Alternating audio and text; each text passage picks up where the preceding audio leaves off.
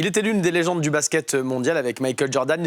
Il était même l'un des basketteurs les plus connus de la NBA contemporaine. Le 26 janvier 2020, Kobe Bryant nous a quittés à l'âge de 41 ans. Clicksport a décidé de retracer son parcours et d'évoquer même la trace qu'il laissera dans le sport mondial. Clicksport, c'est parti.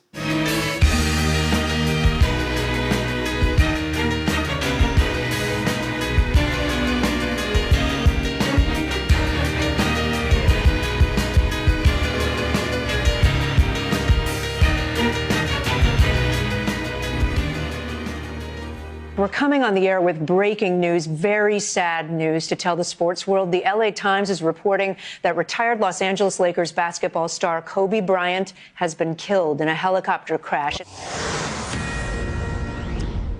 And this is a Fox News alert. Potentially some very sad news to report to you. We're getting reports that NBA star Kobe Bryant and at least 4 other people have been killed in a helicopter crash. This is CNN breaking news. It has been confirmed, CNN is able to tell you now, that NBA star Kobe Bryant was on board that helicopter and is now dead at the age of 41.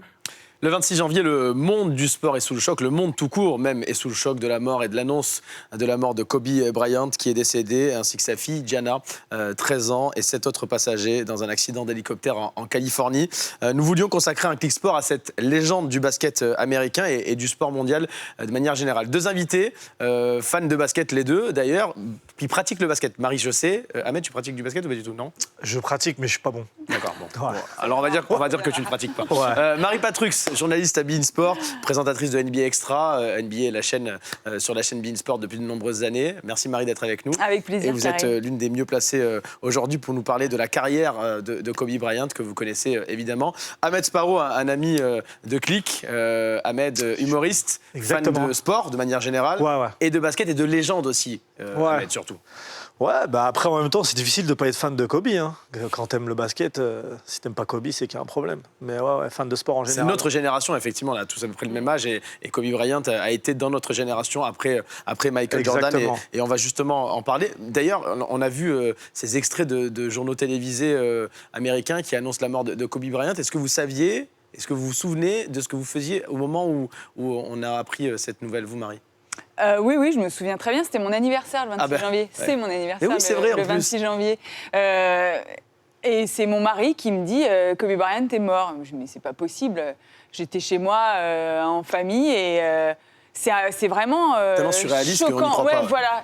On a besoin tout de suite d'aller vérifier. Il est mort à 41 ans, on le rappelle. Oui, et puis c'est tellement violent, cet accident d'hélicoptère. C'est Kobe Bryant qui avait pris sa retraite, qui était en train de se construire une nouvelle vie, une nouvelle image aussi. C'est les frissons, même quand on revoit les images là, des annonces, on a des frissons de se dire mais c'est vraiment réel ce qui s'est passé en fait. Ahmed, quelle a été votre réaction au moment de l'annonce ? Moi j'étais choqué. Je sais pas, personne s'y attendait en vrai. Tu vois, Kobe, tu te dis non, il n'était pas malade, il était en pleine santé. Et puis après, quand tu apprends les conditions de sa mort, tu te dis c'est ça, je pense que ça a peut-être. C'est ça qui a fait que ça a vraiment eu un impact mondial. C'est le fait qu'il soit avec sa fille dans l'hélicoptère, avec d'autres personnes aussi, mais le fait qu'il soit avec sa fille, mourir avec sa fille, personne. Tous les deux, très fans de basket, une relation très particulière. Ils allaient un match de basket de Gianna, sa fille. Exactement. Et il faut savoir que Kobe aimait prendre l'hélico pour aller à l'entraînement. Los Angeles, c'est une ville qui est blindée de voitures, il y a des embouteillages tout le temps. Lui, il allait à l'entraînement en hélico. Donc c'était un moyen de transport très habituel pour lui. C'est son taxi pour lui. Mais c'est vrai que tous ces mots ensemble, on se dit, mais non, ça ne va pas ensemble, cette phrase. C'est un peu surréaliste. Alors, on va évidemment parler de la carrière de Kobe Bryant. Il nous faudrait des heures pour en parler. On va essayer de la résumer avec des moments forts de sa carrière. D'ailleurs, avant ça, si vous deviez retenir qu'une seule image de Kobe Bryant, ce serait laquelle aujourd'hui pour vous, Marie ? Moi, c'est quand il va tirer son lancer franc alors qu'il s'est rompu le tendon d'Achille. En plein match, il s'est rompu le tendon d'Achille. En plein match, il se rompt le tendon d'Achille. Donc, on est plutôt vers la fin de carrière de Kobe. Il veut quand même aller tirer son lancer franc, alors que c'est une douleur, je crois, très forte de se rompre le tendon d'Achille. Et il va derrière la ligne des lancers francs et il tire ses lancers francs avant d'être évacué. Je pense que ça illustre totalement la détermination qu'avait Kobe Bryant de gagner. C'est pour moi, si je devais résumer en effet sa carrière, c'est quoi qu'il arrive, je vais aller au bout et je vais tout faire pour gagner. Ahmed. Moi, je pense son dernier match. Son dernier match où il met 80 points. 60 points. 60 points, il met. Les Jazz, ouais. Ouais, 60 points. C'est énorme. Ouais, 60 points, c'est énorme. Pour son dernier match, à l'âge qu'il avait, ça faisait 20 ans de carrière en NBA. Tu te dis, il n'était pas toujours très adroit en plus. Ouais. Ouais. Ça arrosait Non, un mais peu. c'est un mec, c'est dans l'ère moderne, c'est un des rares à avoir mis 80 points dans un match. Ouais. Tu vois Alors moi je vais pas retenir une image, mais incroyable. je vais juste vous donner une anecdote. Je pars à Los Angeles sur la fin de carrière, la dernière année de carrière de Kobe Bryant. Je suis pas un fou de basket à la base, mais j'achète des tickets pour aller voir un match au Staples Center parce que je sais que c'est sa tournée d'adieu. C'est la dernière saison où il joue. C'est 2015, on est en décembre 2015, très exactement. Je me dis bon, ça va être cool. Les Lakers sont juste nuls cette année-là, mais je me dis au moins je vois Kobe. Donc je suis assez excité, plutôt content. C'est ma première au Staples Center. Je me dis ça va être sympa. 2 heures avant, forfait de Kobe Bryant. Je dis mais franchement, j'ai vraiment pas de chance. Voilà, Ouais, ça c'est c'est l'une souvent des comme images ça, qui me reste Ouais, de cette époque-là de la NBA avec Kobe Bryant. Parlons de ce qui s'est passé avant, tout début de sa carrière. On ne peut pas parler de sa carrière sans évoquer sa famille et notamment son père, Mari, Joe Bryant, qui a été joueur de basket, qui a permis à Kobe Bryant de passer une partie de sa vie en Europe lorsque Kobe était adolescent. Alors, il a connu la NBA, son père, pendant quelques années, puis il est parti en Europe, comme beaucoup d'Américains le font encore aujourd'hui. Il a posé ses valises en Italie. Ça a été une période très importante dans l'enfance de Kobe Bryant, qui parlait très bien italien d'ailleurs, et qui a découvert Maradona. Également, il en parlait. C'est un fou de foot et il suivait Maradona qui jouait à Naples à l'époque et c'était l'un de ses modèles d'ailleurs pour boucler la boucle. Début des années 90, oui. Et puis Joe Bryant a été également joueur en France. Ils ont posé leurs valises en France, dans l'est de la France. Et l'un des grands regrets de Kobe Bryant, c'est de ne pas avoir été à l'école française parce que son père avait décidé de les inscrire à l'école américaine de Bâle, donc juste après la frontière. Son père a joué à Mulhouse. Oui, exactement. Mais je pense que cette culture européenne est aussi une face de la personnalité de Kobe Bryant, qui était un grand joueur aussi dans les règles FIBA.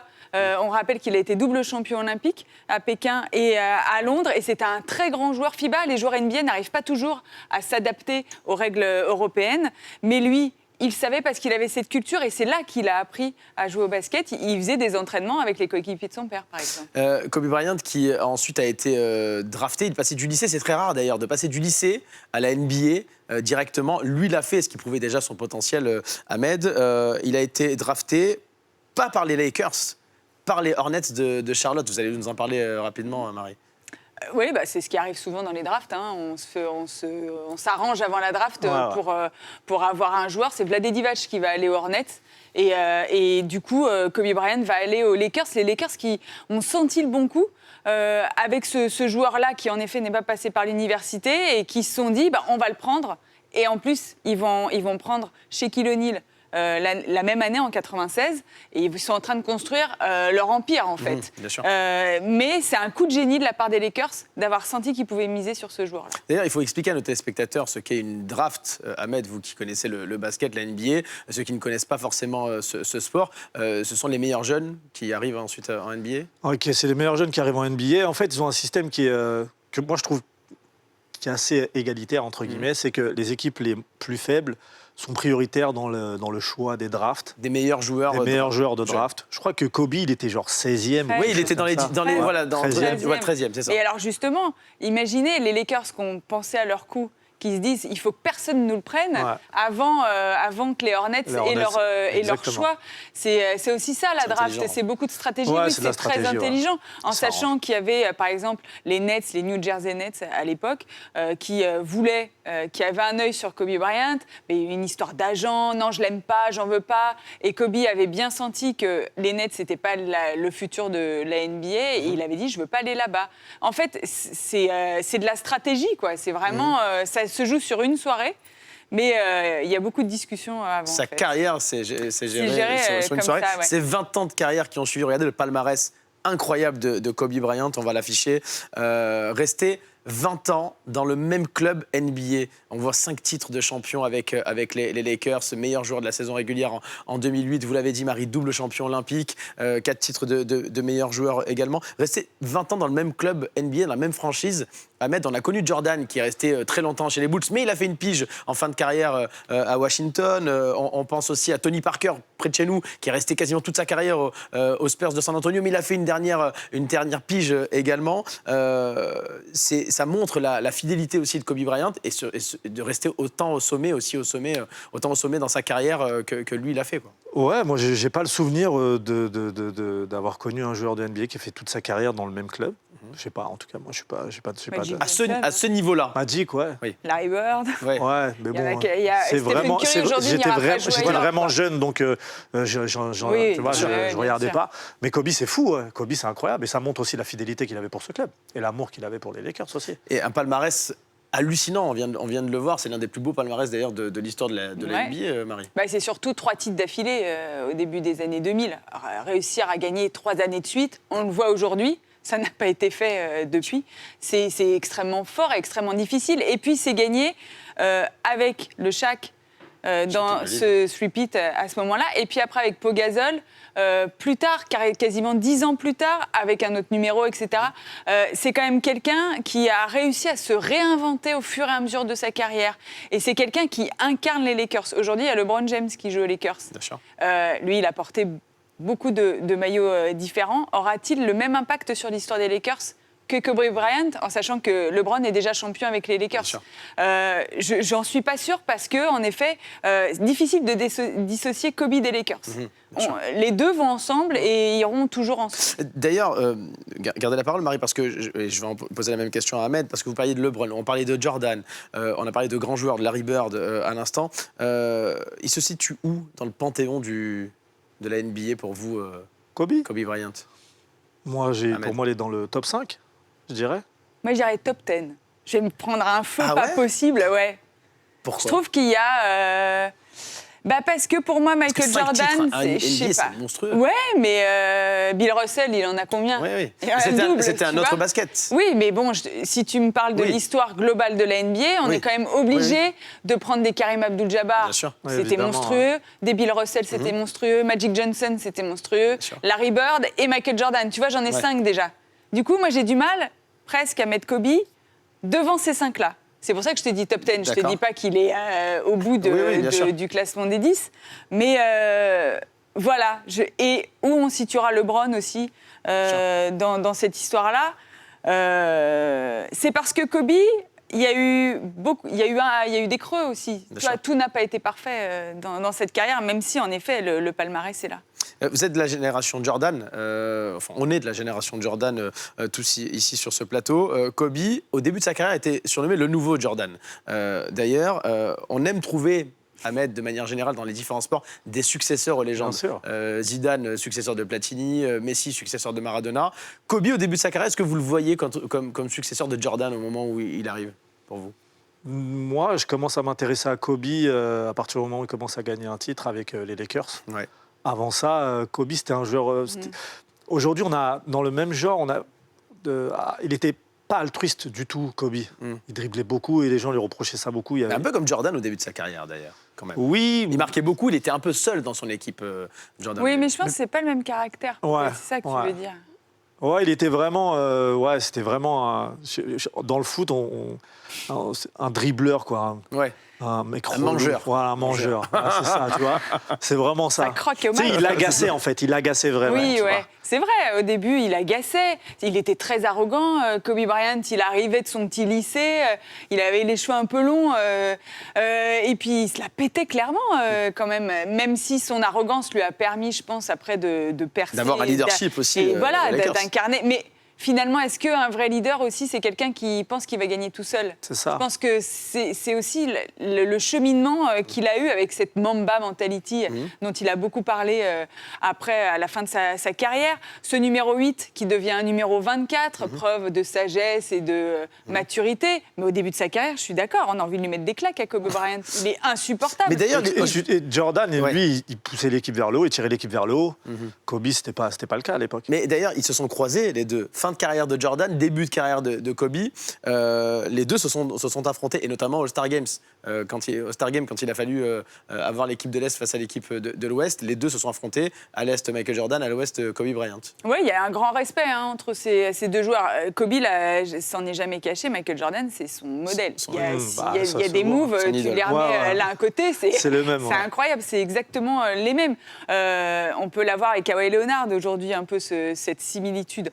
Mais il y a beaucoup de respect aussi. Je pense que Kobe n'a jamais voulu surpasser Jordan. Tu vois, je pense que c'était vraiment « je veux faire comme toi, je veux marcher sur tes traces ».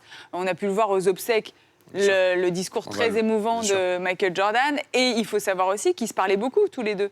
Que des fois, au milieu de la nuit, Kobe, il appelait Michael Jordan en disant ouais, là, je suis perdu. Et ça, d'ailleurs, c'est incroyable parce que, et ça, moi, j'ai cherché ces infos-là. C'est ESPN qui avait sorti cette info. Michael Jordan, après les matchs, tout le monde venait le voir. Tous les joueurs professionnels venaient le voir, soit pour une photo, soit pour un maillot, soit pour échanger avec lui. Et à la fin, il donnait toujours un faux numéro.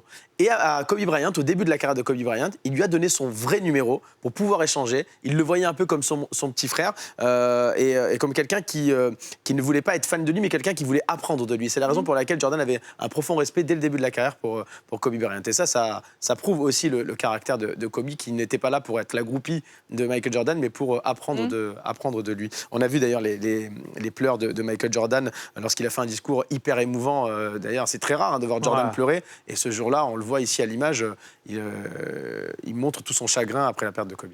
C'était une cérémonie incroyable. On est au Staples Center, il y a tout le monde. On a l'impression que les plus grands noms quand même de la NBA sont là, et même la salle dans au-delà laquelle de la NBA. Kobe a fait tant d'exploits. Ouais, voilà. Et puis Kobe, c'est pas que la NBA. Je pense que c'est quelqu'un qui a dépassé son sport. Parce que Kobe, c'était une manière d'être, c'est une manière d'approcher son sport, c'est une manière de gagner aussi. Et il y en a peu, finalement, des gens qui incarnent comme ça le sport et qui peuvent toucher des gens qui ne sont pas fans de basket ou pas fans de NBA. C'est difficile de dépasser son sport comme ça. C'était devenu une personnalité médiatique du monde du sport, effectivement. Deux autres personnes ont beaucoup compté pour Kobe Bryant. On en a parlé un petit peu tout à l'heure. Tout d'abord, Shaquille O'Neal, avec lequel il a remporté ses 3 premiers titres NBA. Shaquille O'Neal, Kobe Bryant, c'était l'association parfaite pour vous, Ahmed ? J'ai envie de dire, c'est le duo des années 2000. J'en vois pas d'autres. Est-ce qu'il y a eu un meilleur duo ? C'est ça, est-ce qu'il y a eu un meilleur duo ? Enfin, ce duo-là... Pourquoi c'était l'un des meilleurs duos au-delà de leur relation, elle est quand même spéciale aussi. Hein. C'est bizarre. Ça n'a pas été que de l'amour. Hein. Très conflictuel, les deux. Mais au final, ils ont pris des titres. Ça a été horrible, je pense, par moment. Hein. Phil Jackson, c'est le Zen Master. L'entraîneur de cette équipe. C'est dur, c'est dur. Bien son titre. Ça doit être terrible quand même. Vous imaginez, là, il y a 80 matchs NBA de saison régulière déjà, et ils vivent ensemble, les mecs. Et ils ne peuvent pas se blairer, et il faut gagner. Wow. Et ils l'ont fait. 3 titres ensemble, mais c'est je ne suis pas sûre que Kobe ait toujours été de bonne volonté. Ouais. Et ça ne s'est pas très bien terminé, effectivement. L'autre non plus. Hein. Ils se sont... Finalement, il y a eu rabibochage au final, mais ils se détestaient. Oui, quand Shaquille O'Neal ensuite est parti... Kobe trouvait que Shaq ne travaillait pas assez, l'autre trouvait que c'était un taré de travail. Enfin, vraiment, je pense qu'on ne pouvait pas trouver 2 personnes aussi opposées ensemble. Vous avez évoqué Phil Jackson. On est obligé de parler de ce monstre du basket américain qui a été de tous les titres de Jordan et qui a été de tous les titres de Kobe Bryant, des légendes de la NBA. C'est énorme quand même. Il fait 6 titres avec Jordan, 5 avec les Lakers de Kobe. Quel homme, quel entraîneur. Il y a des gens comme ça. Et il a beaucoup compté pour Kobe Bryant. Ouais, mais en même temps, on peut dire qu'il avait de quoi faire quand même dans ses équipes.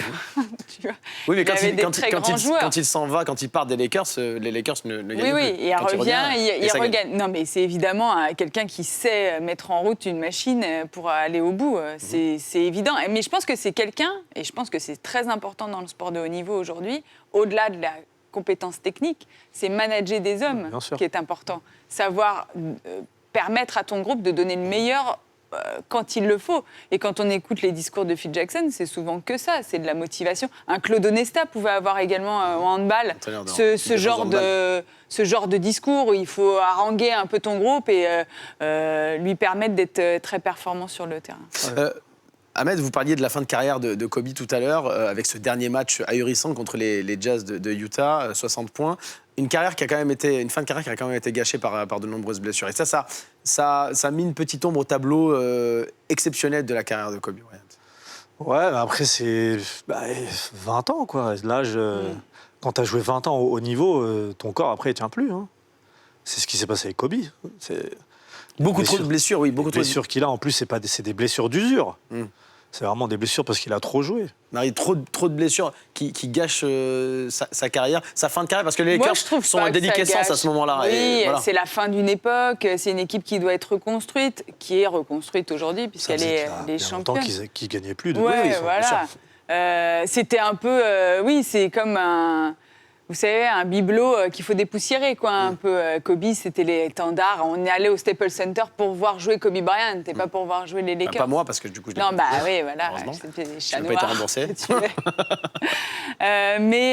Moi, je sais pas. Moi, je trouve que au-delà des blessures, sa fin de carrière, elle est marquée par son changement de mentalité.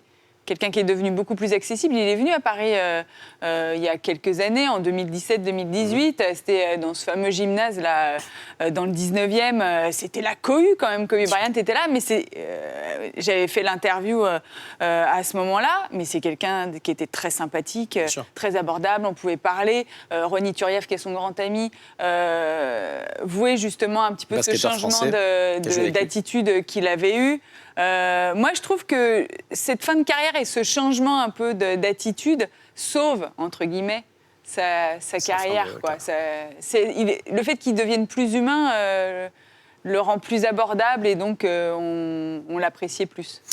Le monde de la NBA a donc été sous le choc le 20 janvier dernier, le 20 janvier 2020, 26 janvier 2020, je vais y arriver. Des hommages lui ont été rendus et l'un des plus poignants, l'un des plus beaux, lui a été rendu par LeBron James. On écoute. Now, I know at some point we will have a memorial for Kobe, but I look at this as a celebration tonight. This is a celebration of the 20 years of the blood, the sweat, the tears, the broken down body, the getting up, the sitting down, the everything, the countless hours, the determination to be as great as he could be. Tonight, we celebrate the kid that came here at 18 years of age, retired at 38, and became probably the best dad that we've seen over the last 3 years, man. So in the words of Kobe Bryant, Mamba out, but in the words of us, not forgotten. Live on, brother. C'est avant un match, hein, Marie. C'est exceptionnel de voir la star du basket américain aujourd'hui, la star des années 2010, en gros, avec Steph Curry. Parce que je sais que vous attachez beaucoup d'importance. Je sais que c'est l'une de vos idoles. On va pas s'entendre alors. Ah là là, c'est vrai, pourquoi? On fera une autre émission, oui, je débatte. pas Curry. Je suis LeBron, moi. Ah oui, voilà. Team LeBron, team Curry. On est là pour parler de Kobe Bryant, je vous rappelle. Cet hommage est exceptionnel de Tout à fait. LeBron a été très marqué par le décès de Kobe. On se souvient qu'il apprenne dans l'avion. Il rentre d'un match à Philadelphie, il me semble, et il rentre à Los Angeles quand ils apprennent cette nouvelle-là. À la descente de l'avion, et à la descente de l'avion, on le voit en larmes, dans les bras marcher de ses seul sur le coéquipiers, tarmac, totalement perdu, etc. LeBron, en plus, il arrive à Los Angeles. À ce moment-là, il porte le maillot des Lakers et je pense qu'on ne se rend pas compte à quel point c'est lourd quand même un peu le maillot des Lakers parce qu'il y a tellement de maillots au plafond, tellement de titres au plafond que lui, il est en charge de cette legacy, de cet héritage aujourd'hui. Et je pense que cette émotion aussi, elle vient de là. Parlez anglais, pardon. Excusez-moi. C'est bien de traduire parce qu'on est en France en fait. mais oui, mais à force d'être dans ce truc, au bout d'un moment, on parle comme ça. Je comprends. Mais je pense que LeBron a été véritablement marqué en effet par tout ça. Eux aussi, ils n'ont pas eu une relation facile, LeBron James et Kobe Bryant. Bah, ils ont été adversaires. Ouais. Et puis, quand il est arrivé aux Lakers, on ne lui a pas déroulé le tapis en lui disant c'est gagné. Attention, il faut convaincre l'institution que tu mérites de porter ce maillot-là. Donc, je pense que ça n'a pas toujours été facile. D'ailleurs, parler des maillots retirés, c'est le seul joueur de l'histoire de la NBA à avoir 2 numéros qui lui appartenaient, retirés et mis tout en haut du Staples Center, le 8 et le 24 de Kobe Bryant. Ça a été un super hommage aussi des Lakers de gagner cette année le titre NBA, après tant d'années de disette. Bah oui. C'est la plus belle récompense que les Lakers pouvaient faire à Kobe, c'est de gagner le titre. Malheureusement, il n'était pas là pour le voir, mais c'est beau, c'est beau. Même si c'est un titre, après, les gens vont critiquer le titre parce que les conditions... Avec le Covid, oui. La bulle. Exactement, la bulle, tout ça, ça a changé pas mal la donne, mais de toute façon, il partait favori pour moi, quoi.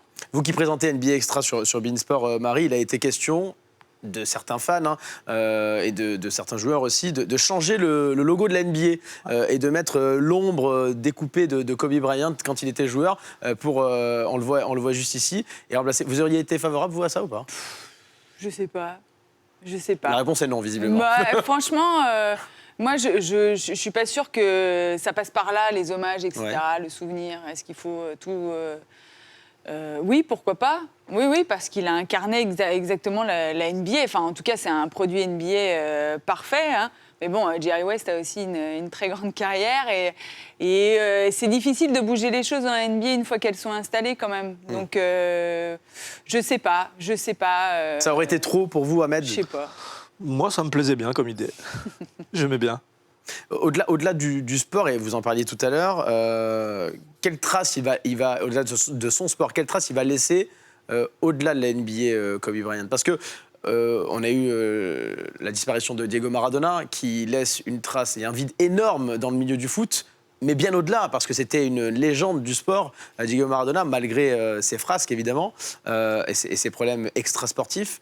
Kobe a souvent eu des prises de position politiques, notamment pendant sa carrière, chose que, par exemple, Michael Jordan n'a jamais fait, pendant sa carrière. Est-ce qu'il va laisser une trace énorme dans le milieu du sport, Kobe Bryant? Oui, je pense. Je pense vraiment. Je pense que tout le monde sait qui est Kobe Bryant. Voilà, rien que ça, déjà, c'est très marquant. Je pense que Kobe, c'est l'incarnation d'une mentalité qui n'existe pas toujours dans le sport aujourd'hui, c'est-à-dire ce travail à outrance. On se repose pas que sur son talent. Mais oui, voilà. Donc aujourd'hui, certains ils se disent je vais gagner parce que j'ai beaucoup de talent. Ça sert à rien de travailler. Franchement, ça va aller. Kobe est la démonstration que non. Cristiano Ronaldo, par exemple, en foot. Voilà, pareil. Ça aussi, pour moi, je pense qu'on les met dans la même catégorie. LeBron, c'est un bosseur de fou aussi. Il y en a qui ne travaillent pas assez et qui, en travaillant, sera encore plus fort, sûrement. Moi, je pense que c'est ça qui restera beaucoup de... Et puis un athlète engagé, je le disais... Oui. LeBron est engagé aussi. LeBron, Kobe sont de la même trempe, effectivement, parce que Michael Jordan, lui, c'est toujours un peu désintéressé de la politique pendant sa carrière. Il l'a fait un peu après, mais parce que c'est un businessman aguerri aussi, Michael Jordan, avec sa marque. Exactement. Kobe et LeBron, par exemple, eux, prenaient position. LeBron disait, si Donald Trump m'invite à la Maison-Blanche, je n'irai pas. Ça ne m'intéresse pas, je n'irai pas. Ça c'est ce qu'on peut aimer aussi d'un athlète qui a une voix et qui a une portée mondiale. Oui, c'est clair qu'au sein de la communauté afro-américaine, ça aide, en tout cas, de prendre position. En tout cas, quand c'est du bon côté des choses pour cette communauté. Bien sûr. Mais regarde, Jordan, il ne l'a pas fait et du coup, ça a fait tâche un peu auprès de la communauté afro-américaine. C'est pour ça qu'aujourd'hui, les gens, limite, préfèrent LeBron à Jordan. Sur ce point-là, en tout cas. Pour terminer, est-ce qu'il y a un nouveau Kobe aujourd'hui dans la NBA, vous qui la suivez, Marie, depuis de nombreuses années? C'est difficile, quand même. Quelqu'un qui se rapproche? En tout cas, il y a quelqu'un qui a beaucoup travaillé avec lui, c'est Kyrie Irving, qui joue aujourd'hui au Nets, qui a joué avec LeBron aux Cavs à Cleveland. C'est un mec qui s'entraînait très souvent avec Kobe, parce qu'un peu comme Jordan, Kobe a pris pas mal de joueurs sous son aile aussi à faire des training camps et tout ça. Kyrie Irving peut avoir des similitudes dans le jeu avec Kobe Bryant. Moi, je dis restons là parce qu'ils ont travaillé beaucoup ensemble et que Kyrie Irving a été beaucoup marqué par le décès de Kobe. Merci. Ahmed? Merci pour l'invitation. On vous souhaite de belles heures sur les planches en 2021. Ça arrive. Ça arrive, enfin, on l'espère. Ouais. Marie, la NBA sur Beansport et surtout le championnat d'Europe féminin de handball. Exactement, et bientôt un mondial pour le handball masculin. On va suivre l'équipe de France. En général, l'hiver, moi, je suis plutôt handball et je suis les Bleus et j'espère avec des podiums cette fois-ci. Alors, on vous invite dès qu'on reparle de handball ici. Mais oui, mais franchement, invitez-moi, il n'y a pas de souci. Merci beaucoup et à très bientôt. Merci bien. Merci.